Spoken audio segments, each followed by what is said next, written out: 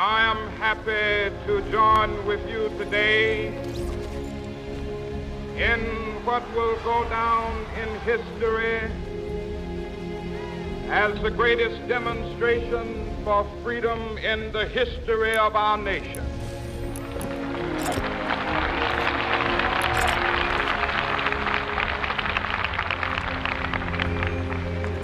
Fourscore years ago, a great American in whose symbolic shadow we stand today signed the Emancipation Proclamation. This momentous decree came as a great beacon light of hope to millions of Negro slaves who had been seared in the flames of withering injustice. Came as a joyous daybreak to end the long night of their captivity. But 100 years later, the Negro still is not free. 100 years later, the life of the Negro is still sadly crippled by the manacles of segregation and the chains of discrimination. 100 years later, Negro lives on a lonely island of poverty in the midst of a vast ocean of material prosperity. 100 years later,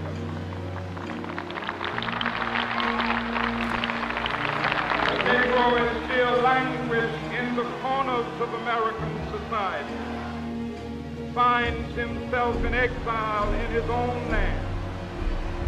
So we've come here today to dramatize a shameful condition. In a sense, we've come to our nation's capital to cash a check. And the architects of our republic wrote the magnificent words of the Constitution and the Declaration of Independence. They were signing a promissory note to which every American was to fall heir. This note was a promise that all men, yes, black men as well as white men, would be guaranteed the unalienable rights of life, liberty, and the pursuit of happiness. It is obvious today that America has defaulted on this promissory note insofar as her citizens of color are concerned.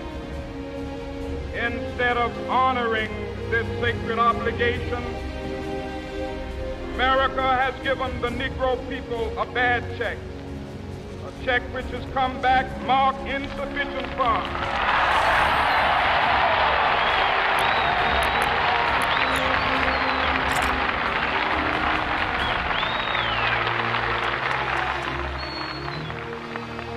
But we refuse to believe that the Bank of Justice is bankrupt. We refuse to believe that there are insufficient funds in the great vaults of opportunity of this nation. So we've come to cash this check, a check that will give us upon demand the riches of freedom and the security of justice.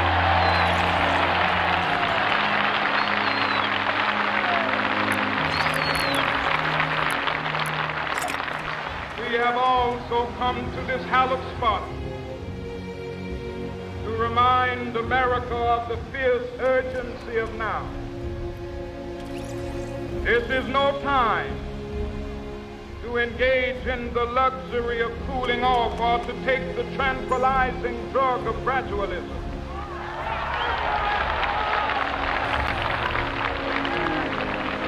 Now is the time to make real the promises of democracy.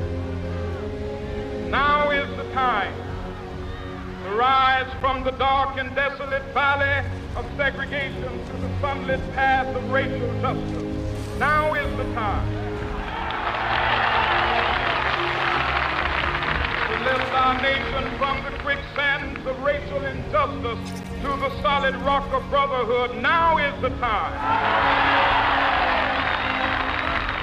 Make just the reality. It would be fatal for the nation to overlook the urgency of the moment. This sweltering summit of the Negro's legitimate discontent will not pass until that is an invigorating autumn of freedom and equality. 1963 is not an end, but a beginning. Those who hoped that the Negro needed to blow off steam and will now be content will have a rude awakening if the nation returns to business as usual.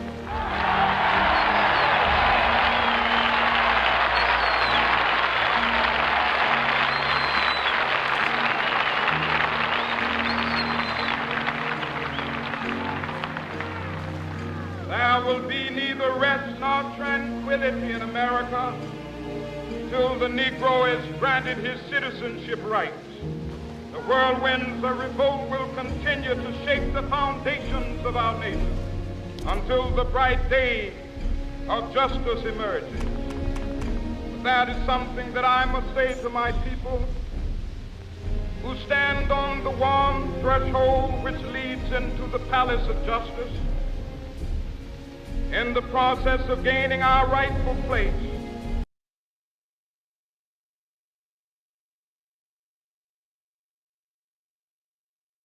satisfied hatred.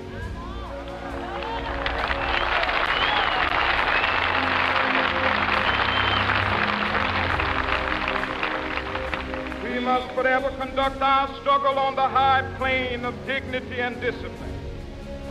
We must not allow our creative protests to degenerate into physical violence. Again and again, we must rise to the majestic heights of meeting physical new militancy which has engulfed the Negro community must not lead us to a distrust of all white people. For many of our white brothers, as evidenced by their presence here today, have come to realize that their destiny is tied up with our destiny.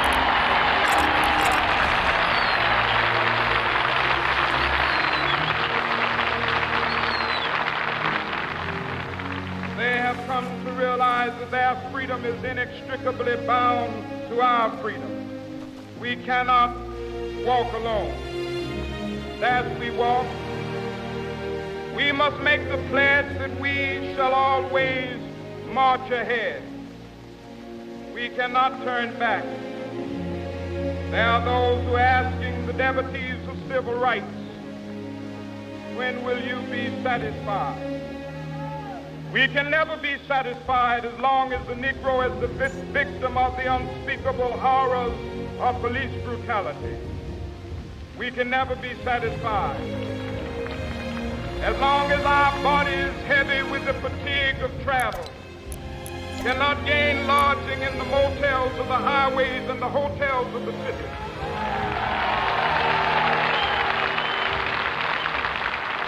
We cannot be satisfied as long as the Negro's basic mobility is from a smaller ghetto to a larger one.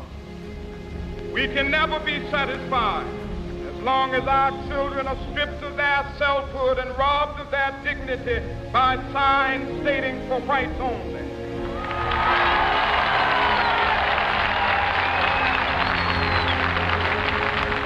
We cannot be satisfied as long as the Negro in Mississippi cannot vote and a Negro in New York believes he has nothing for which to vote.